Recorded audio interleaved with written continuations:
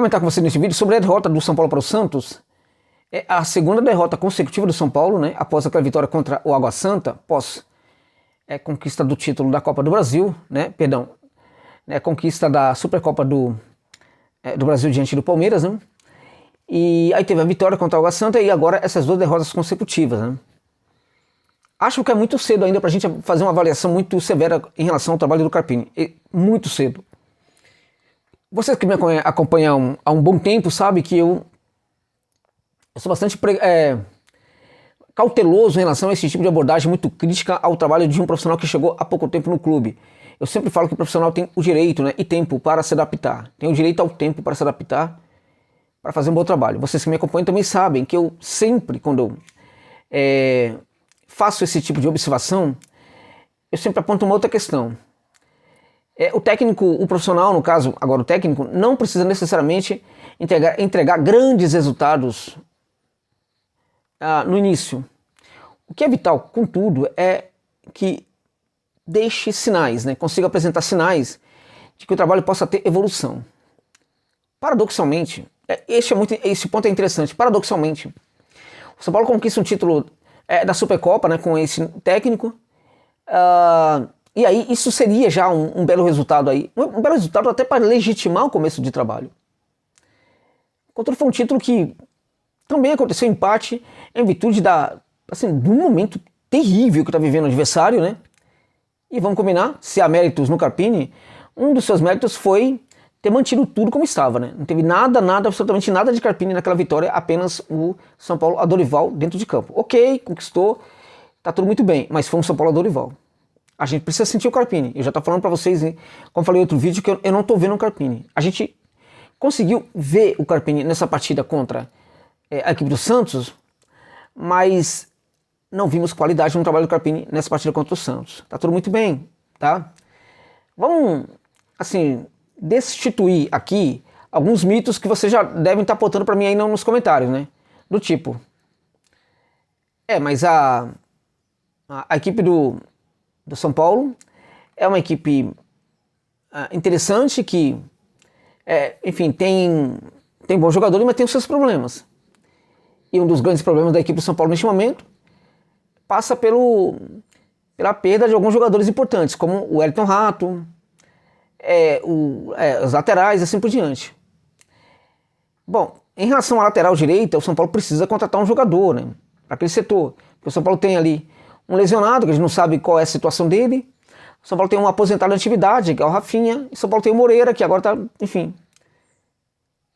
E aí ontem houve o improviso do Bobadilla, que para mim foi um improviso infeliz. Tá? Eu conheço o jogador, eu sei que ele é capaz de desempenhar algumas funções, mas ali na lateral, realmente, pode até ser que seja construído como jogador, mas foi um erro, ok? Por que não improvisar, por exemplo, Bom, tem alguns jogadores aqui que eu tô pensando, mas vamos deixar pra lá. Porque senão eu vou ser acusado aqui de perseguir o Carpini, né? Bem, o São Paulo foi a campo com o Dorival, o Bobadilla, o Arboleda, o Diego e o Wellington. No meio, o Alisson, o Pablo Maia e o Galopo, né? Uma posição ali um tanto estranha, mas é melhor do que bem aberta ali pelo setor esquerdo. O Luciano de 10, não adianta, gente, vai trocar técnico, vai chegar técnico, até que chegue um técnico de verdade, que tenha coragem, o Luciano sempre vai ser o 10 do São Paulo. Porque os técnicos têm medo de colocar o Luciano no banco, tá? Essa é a verdade. O Dorival tinha medo e o Carpini também tem medo de colocar o Luciano no banco de reservas. Ele me inventa o Juan, né? Aí é de doer, né? Juan, ali como uma espécie de segundo atacante, na verdade, né? Atuando juntamente com o Calheri. Então há muita mudança, portanto, numa formação que claramente isso impacta na questão do esquema tático, né? E impactou, claramente que impactou. O São Paulo teve um desempenho sofrível em vários momentos, em alguns momentos teve um domínio sobre o Santos, só que era um Santos que jogava realmente de uma maneira, jogava muito assumidamente como um time menor da relação, um time mais frágil da relação, tentando proteger o seu campo de defesa na maior parte do tempo. O Santos se adotou como um time menos competitivo do que o São Paulo neste momento, mais frágil do que o São Paulo neste momento. Então tudo era lucro para o Santos a partir disso daí, né? E o Santos que está se ajeitando, precisamos pontuar isso aí. Muito nessa pegada de time que se assume como time de problemas, né? Então parabéns aí ao técnico do Santos, porque essa estratégia está dando certo neste momento, né? Você gosta ou não do técnico atual do Santos, ele adotou uma estratégia e ela está funcionando. Qual é a estratégia do Carpini? Carpini é confuso ainda, né? Porque a depender do jogo, o São Paulo vai ter problemas com... Vai atuar na frente com posse de bola, ele não era o técnico da posse de bola e tal. Não é isso que acontece, não é isso que a gente vê no São Paulo, quando o São Paulo tem um maior controle da bola, uma maior posse de bola em relação aos seus adversários. O São Paulo, na essência, continua a ser o time do Dorival. É isso. Um time do Dorival que se preocupa muito mais em jogar sem a bola, tentando ocupar os espaços deixados pelos adversários dentro de campo. Quando o adversário entrega esse campo para o São Paulo está com dificuldade. Foi o que aconteceu nesse jogo.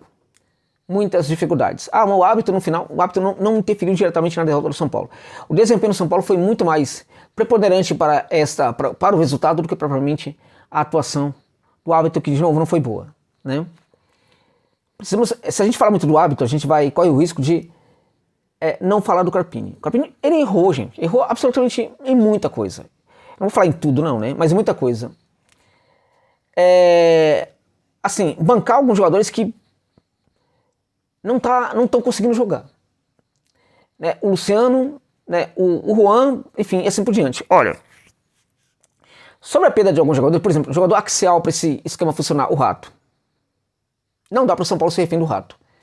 É um jogador que está, sim, jogando bem, está sendo importante para o São Paulo, mas quando o São Paulo sofre muito com a perda desse jogador, isso mostra que tem um problema seríssimo no esquema tático. Um time não pode ser refém de um jogador. É um jogador que entrega funções sem as quais a equipe se desmancha completamente dentro de campo. Não pode. Isso é um problema do técnico.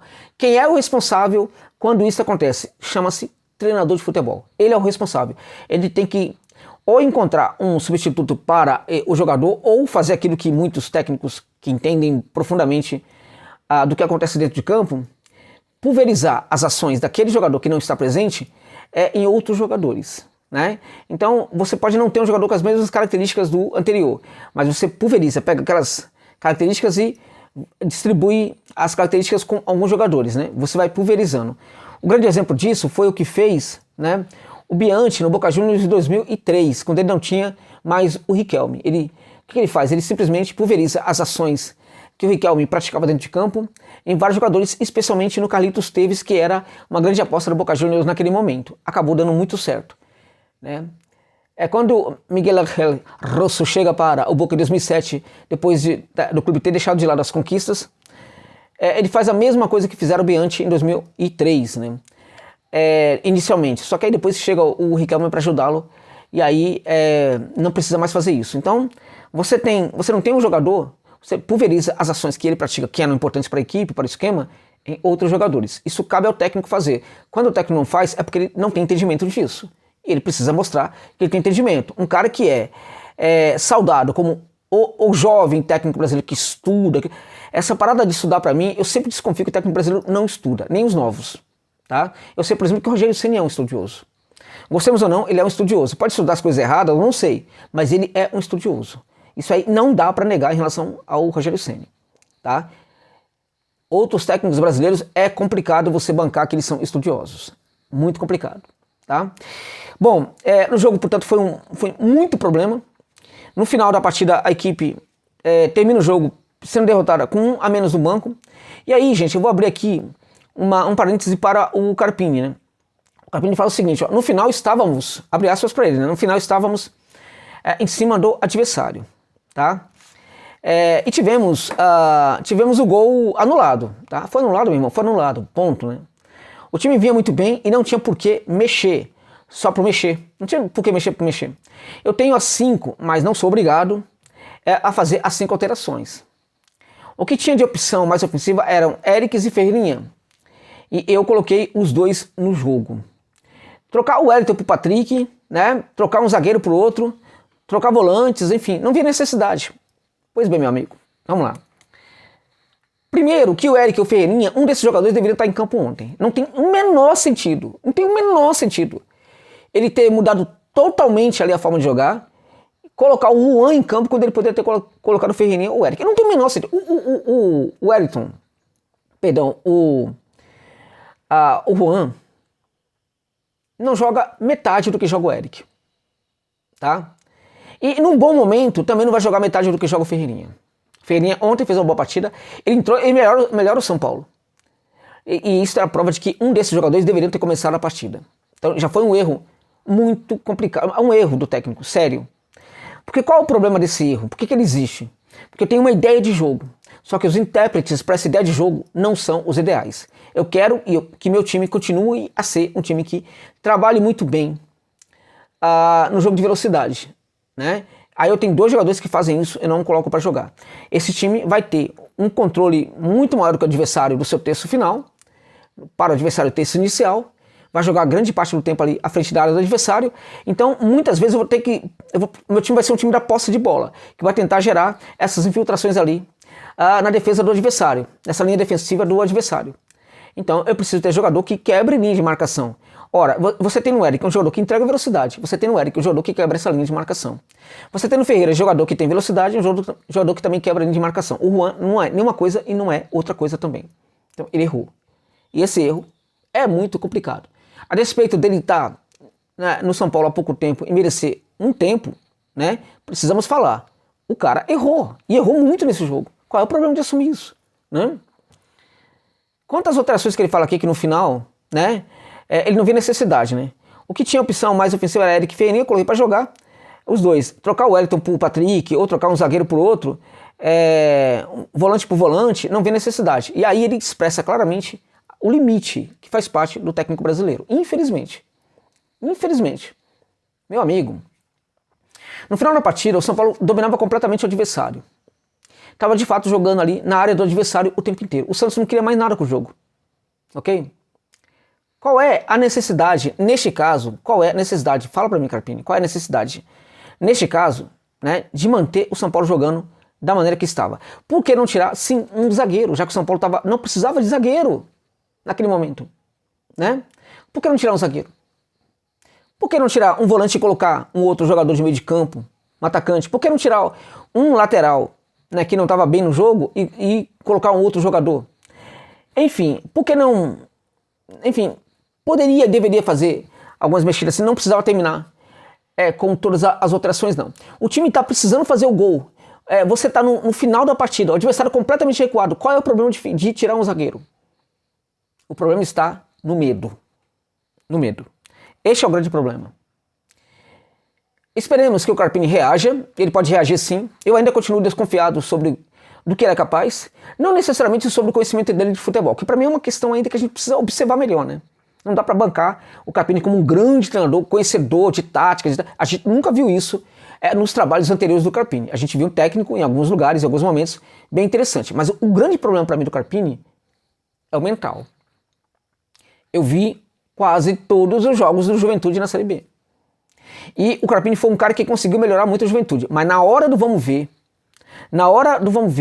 o Carpini se tornou um técnico bastante previsível.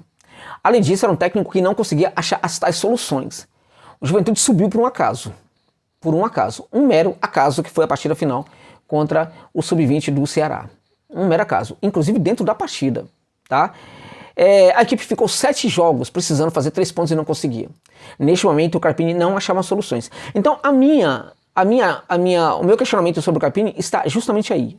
A minha desconfiança sobre o Carpini está justamente aí. Eu diria para você que em relação a isso, ele até o momento não me convenceu. Ele não deu nenhuma demonstração de que de fato ele é um técnico muito mais corajoso, enfim, tal. Até porque acredito que do ponto de vista da coragem que a gente viu na equipe do Palmeiras na final da Supercopa, eu diria para você que ali o Carpini também não demonstrou nada, absolutamente nada de novo e de diferente em termos de ousadia.